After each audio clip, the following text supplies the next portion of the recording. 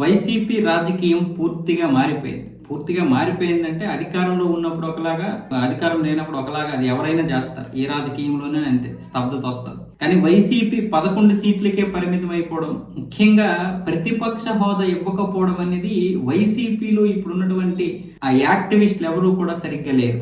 అంటే ప్రతిపక్షంలో ఉంటే కనీసం విమర్శించడానికైనా అవుతుంది. ఒక 20 స్థానాలు 25 స్థానాలు వస్తే కనీసం ప్రతిపక్షం వచ్చేది, మాట్లాడడానికి బాగుండేది, ఎమ్మెల్యేలు కూడా కనిపించేవాళ్ళు, అసెంబ్లీలో కూడా వీళ్ళ యొక్క ప్రభావం ఉండేది. ఇప్పుడు అసెంబ్లీలోనే లేదు, బయట కూడా పెద్దగా విమర్శలు చేయలేకపోతున్నారు.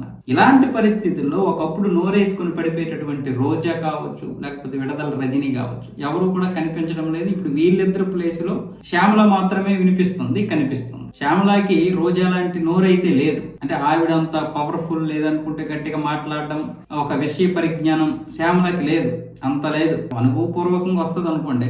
కానీ ప్రస్తుతానికి రోజానైతే వైసీపీ పక్కన పెట్టినట్లుగా తెలుస్తుంది. ఎందుకంటే ఇప్పుడు నగిరికి కొత్తగా ఇన్ఛార్జిని పెట్టాలని చూస్తున్నారు. ఆ విషయమే రోజాకి నచ్చడం లేదు. అలాగే రేపు టికెట్ కూడా ఇచ్చే పరిస్థితులు లేవు. మొన్న కూడా వైసీపీలో చాలా మంది కూడా ఆవిడకి ఓటేయలేదు.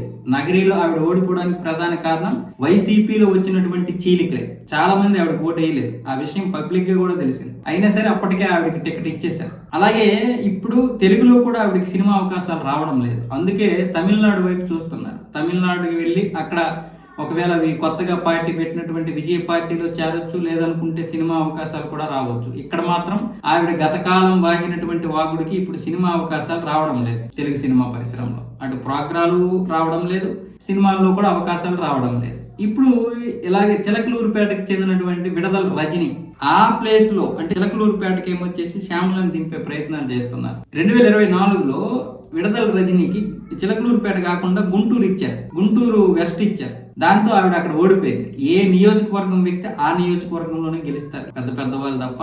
ఇలా రెండో నియోజకవర్గంలో గెలవడం అనేది కష్టం. ఎందుకంటే వాళ్ళకి అక్కడ పట్టు ఉండదు, నాయకులు పట్టు దొరకదు, ఏం అర్థం కాదు.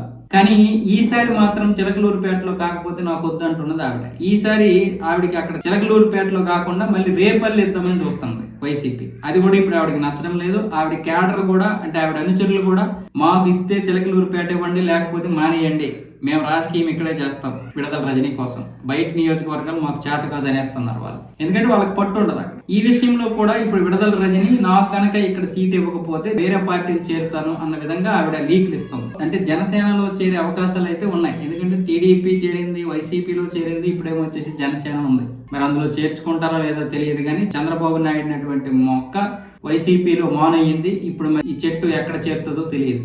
ఇలాంటి పరిస్థితుల్లో ఇప్పుడు శ్యామలాని కనుక చిలకలూరుపేట తీసుకొస్తే ఖచ్చితంగా విడదల రజనీ వేరే పార్టీలు చేరుతుందో లేదో తెలియదు, కానీ వైసీపీలో అయితే ఉండదు. ఈ విషయంలో ఇప్పుడు రోజా ఒకదారి, విడదల రజనీ ఒకదారి చూసుకునే అవకాశాలు స్పష్టంగా కనిపిస్తున్నాయి. వైసీపీ బయటికి చెప్పడం లేదు, కానీ పొమ్మన లేక పొగబెడుతున్న మాట వాస్తవం.